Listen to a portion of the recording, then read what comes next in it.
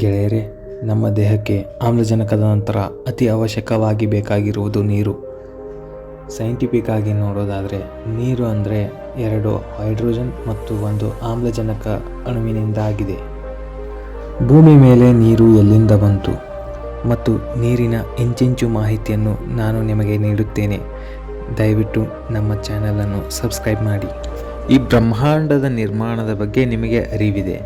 14 billion ವರ್ಷಗಳ ಹಿಂದೆ big bang ಅಂದರೆ ಮಹಾವಿಸ್ಫೋಟ ಸಂಭವಿಸಿತು.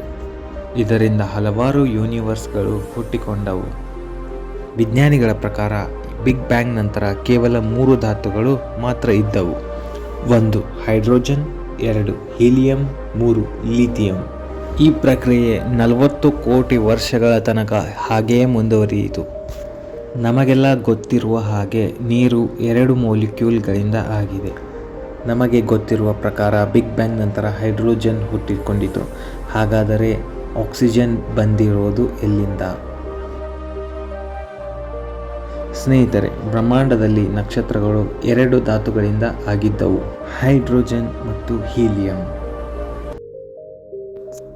ಕಾಲಾನಂತರ ನಕ್ಷತ್ರದ ಕೋರ್ಗಳಲ್ಲಿ ಆಗಿರುವ ಬದಲಾವಣೆಗಳು ಕೆಲವೊಂದು ಧಾತುಗಳನ್ನು ಹುಟ್ಟಿಸಿದವು. ಅವುಗಳಲ್ಲಿ ಒಂದು ನಮ್ಮ ಆಮ್ಲಜನಕ. ಹಲವಾರು ವರ್ಷಗಳ ನಂತರ ನಕ್ಷತ್ರಗಳು ಎಕ್ಸ್ಪ್ಲೋಷನ್ ಆದ ಮೇಲೆ ನಕ್ಷತ್ರಗಳ ಕೋರ್ನಲ್ಲಿ ಇರುವ ಆಕ್ಸಿಜನ್ ಬ್ರಹ್ಮಾಂಡಕ್ಕೆ ಚಿಮ್ಮಿಸಲ್ಪಟ್ಟಿತು. ನಕ್ಷತ್ರದ ಕೋರ್ಗಳಲ್ಲಿ ಆಗುವ ಬದಲಾವಣೆ ನ್ಯೂಕ್ಲಿಯರ್ ರಿಯಾಕ್ಷನ್ಗಳಿಂದ ಹಲವಾರು ಧಾತುಗಳು ಉತ್ಪತ್ತಿಯಾಗುತ್ತಿರುತ್ತವೆ. ಸ್ನೇಹಿತರೆ, ಈ ರೀತಿ ಉತ್ಪತ್ತಿಯಾದ ಆಕ್ಸಿಜನ್ ಪಾರ್ಟಿಕಲ್ಸ್ಗಳು ಬ್ರಹ್ಮಾಂಡದಲ್ಲಿ ಯಾವುದೇ ನೆಲೆ ಇಲ್ಲದೆ ಸುತ್ತುತ್ತಾ ಇರುತ್ತವೆ. ನಂತರ 8 ರಿಂದ 9 ಬಿಲಿಯನ್ ವರ್ಷಗಳ ಹಿಂದೆ ಬ್ರಹ್ಮಾಂಡದ ಪ್ರೆಷರ್ನಿಂದಾಗಿ ಆಕ್ಸಿಜನ್ ಕಣಗಳು ಹೈಡ್ರೋಜನ್ ಕಣಗಳ ಜೊತೆ ಬೆರೆಯುತ್ತವೆ. ಹೀಗೆ ನಮ್ಮ ನೀರು ನಿರ್ಮಾಣವಾಗುತ್ತದೆ. ಈ ರೀತಿ ನಿರ್ಮಾಣವಾದ ನೀರಿನ ಹನಿಗಳು ಬ್ರಹ್ಮಾಂಡದಲ್ಲಿ ದಿಕ್ಕು ದಿಸೆಯಿಲ್ಲದೆ ತಿರುಗುತ್ತಿರುತ್ತವೆ. ಹೀಗೆ ನಿರ್ಮಾಣವಾದ ನೀರಿನ ಹನಿಗಳು ಗ್ರಹಗಳ ಹಾಗೂ ಕ್ಷುದ್ರ ಗ್ರಹಗಳ ವಾತಾವರಣಗಳನ್ನು ತಲುಪುತ್ತಿರುತ್ತವೆ. ಸ್ನೇಹಿತರೆ, ಭೂಮಿ ಹುಟ್ಟುವ ಸಮಯದಲ್ಲಿ ಕ್ಷುದ್ರ ಗ್ರಹಗಳು ಭೂಮಿಗೆ ಬಂದು ಅಪ್ಪಳಿಸುತ್ತಿರುತ್ತವೆ. ಈ ಪ್ರಕ್ರಿಯೆ ಹಲವಾರು ಕೋಟಿ ವರ್ಷಗಳ ತನಕ ಮುಂದುವರಿಯುತ್ತದೆ. ಗೆಳೆಯರೇ, ಆರಂಭದ ದಿನಗಳಲ್ಲಿ ಭೂಮಿಯು ಬೆಂಕಿಯ ಚೆಂಡಿನಂತೆ ಇರುತ್ತದೆ. ಕಾಲಾನಂತರ ನೀರಿನಿಂದಾಗಿ ಭೂಮಿಯ ವಾತಾವರಣವು ತಂಪು ಆಗುತ್ತದೆ.